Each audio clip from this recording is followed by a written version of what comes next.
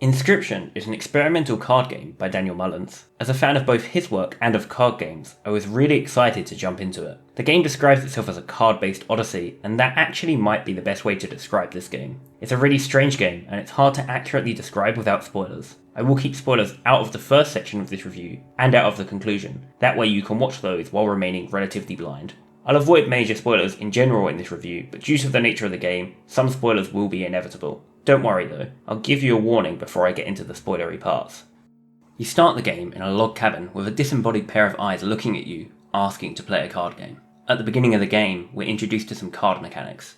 All cards have a cost, attack, and health. Some cards have special modifiers called sigils, which are basically keywords from other card games. They include things like killing whatever you attack after you deal any damage, or being able to fly over blockers and attack your opponent directly. The cards are placed on a grid, and at the end of each turn they attack the card opposite them. If there's no card to block the attack, then you attack your opponent directly and tokens are added to a scale. If the scale tips too far one way or the other, the game is over. This means that when you do damage, you effectively increase your health. This is a really interesting mechanic. I've not seen much like it in other games, and I thought it was really fun to play around with. It really changes how you think about health when doing lots of damage to the opponent gives you more of it. The cards are all either free, require sacrificing other cards to play, or require spending bones, which are a resource you gain when another card dies. You have a main deck, and you also have a side deck which contains only 0/1 cards for the purpose of sacrificing. Your deck starts quite bare bones, but throughout the run, you get to add more cards to your deck as you progress and make it more interesting. You can also modify your cards, and you can also gain totems, which add modifiers to every card of a certain tribe. The card game is quite simple when you get the hang of it, and at the beginning at least, it doesn't really have the depth of other card games, but it's very fun. I thought it was a really fun system to play around with, and the fact it's quite simple means that you can splash out of what your deck is designed for to try out new things. It's quite easy to break and to build overpowered decks because it's quite simple compared to other roguelikes, but that's not necessarily a bad thing, as it means you get to try lots of broken combinations. I do really enjoy the card mechanics, it's a fun system to experiment with. Let's talk about the roguelike system then. There's a map, and it has branching paths to choose. It works very well, but it's not the most original thing. There's a clear inspiration here from Slay The Spire, and the map looks almost identical. At the end of each map in the roguelike there is a boss fight. They're all well designed, and they have different mechanics. They all feel very unique as you play around the mechanics, and I think throughout the entire game, the boss fights are my favourite part. They're all really engaging and well designed. I love the boss fights in Inscryption. The bosses, however, aren't randomised like you'd expect in a roguelike, and also a lot of things carry over from run to run. This game isn't really a roguelike in my opinion. If you just want a card game roguelike and aren't interested in any of the other stuff in this game, it might not be the game for you, because the roguelike is only a small part of the package. In fact, the game actually makes itself easier as you go along, so that you can pass the roguelike and get to the other parts of the game. Let's talk about the visuals. The visuals are simple, but they're really effective, and they give a really creepy atmosphere. They're fantastic at setting the mood, and they're consistently high quality throughout the game. I wouldn't describe the game as a horror game, but some of the visuals do lean that way. The music is really subtle, but it's really effective. I often forgot it was there, and it's never really the focus, but when it is noticeable, it really helps with the atmosphere. As a whole, the production value in this game is through the roof. A lot of effort was put into it, and you can tell that. Alongside the card mechanics, you can also get up from the table and interact with the room. This is where this game starts setting itself apart. There are some escape room-like mechanics. At the beginning, these mechanics are puzzles which either allow you to advance the plot, or gain benefits in the card game, or both. The escape mechanics in this game are really where the game starts to shine, but I can't talk that much about it without giving spoilers. I will say it gives the right amount of information to where you get to build up a mystery, and it's really interesting, but it never overloads you, and it's not really the focus until later on. Due to the nature of this escape room stuff, like I mentioned, I'm going to have to venture into spoiler territory. If you want to go into this game blind, skip to the time shown on the screen now, and you'll get to my conclusion, which will give you my overall feelings of the game and not contain any spoilers. Otherwise, I will explain the rest of the game. I will try and avoid spoilers, but some of them will be inevitable. Okay, so you're willing to accept some spoilers, I can talk about the real meat of the game. The first time you finish a run, you're presented with a list of video files. These videos tell the story of Luke Carter, a fictional YouTuber who focuses on TCGs. He finds an old pack of cards for a card game called Inscryption, and ends up finding a floppy disk with the game that we're playing on it. From this point, it's revealed that we're actually watching Luke play the game. It's kind of like a let's play.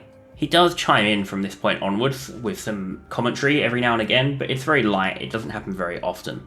These video sections do happen a few times throughout the game, and they give us an element of meta plot that slowly builds up. The plot is quite separate from the game's plot itself, but it's quite well done, it's quite interesting. These video sections are quite well acted, and they're also entertaining to watch. I was surprised because I thought there was a chance it could be really cringy, but actually, they work quite well. You're also never spending too long watching videos, so they never really drag. I like the plot, but it does feel a little bit like a creepypasta. If you spent a lot of time on Creepypasta Wiki, you're going to notice a lot of similar tropes here. That's not necessarily a bad thing, and I think it's well done, but take note, it's a little bit silly at times in this meta plot, and a little bit cliche. It does take a long time for this meta plot to go anywhere, but I think it's a good addition to the game, and it helps break up the main plot of the game while being quite separate. Okay, so eventually, through these escape room and meta plot elements, you will finish Act 1. Now let's talk about Act 2.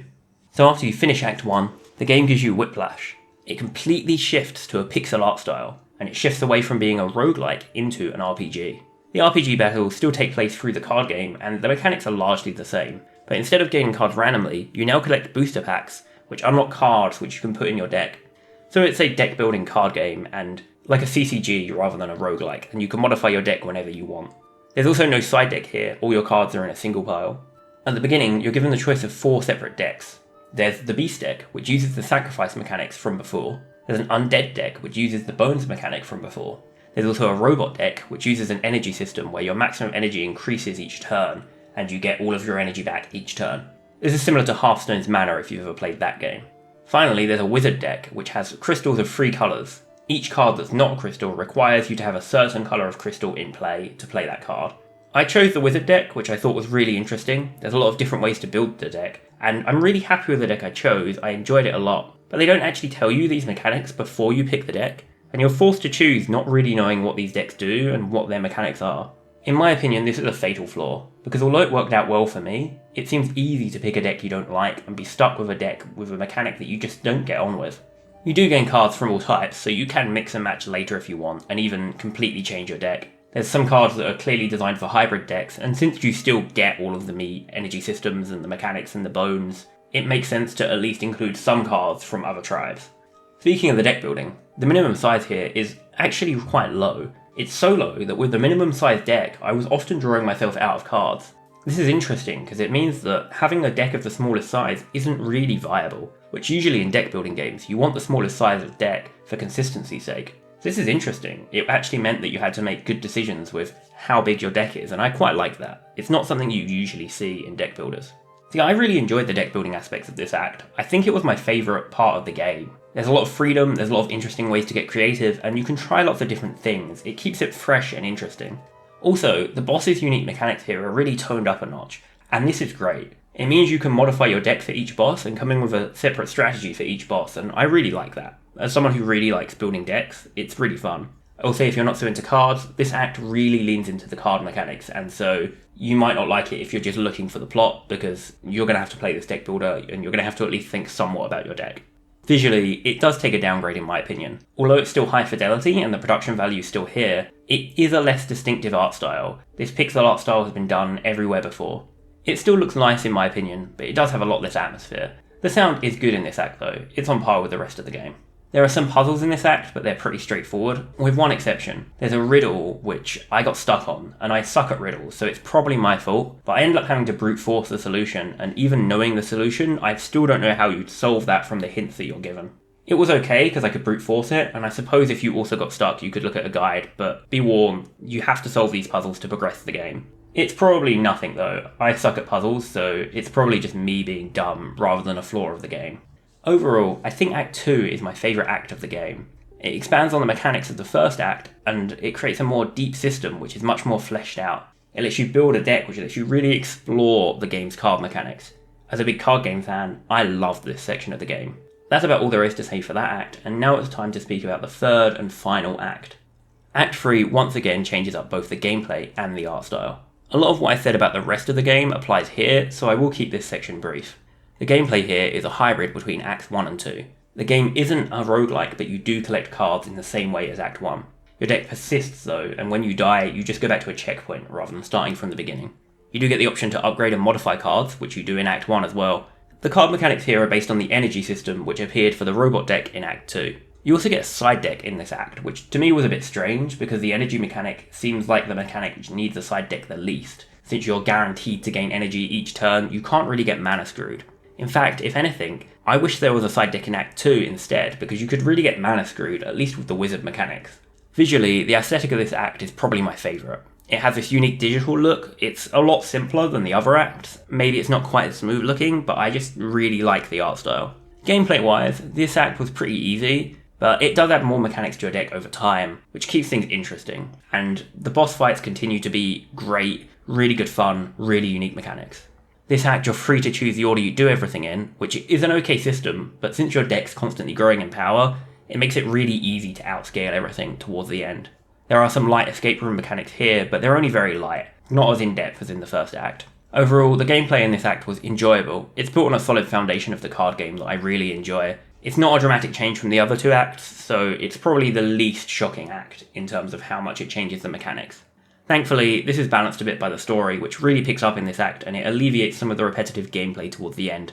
And despite the gameplay getting a little bit repetitive by this point because the card mechanics you've had for a while, the boss fights are still probably my favourite in this act, in terms of how creative they are and how unique they are.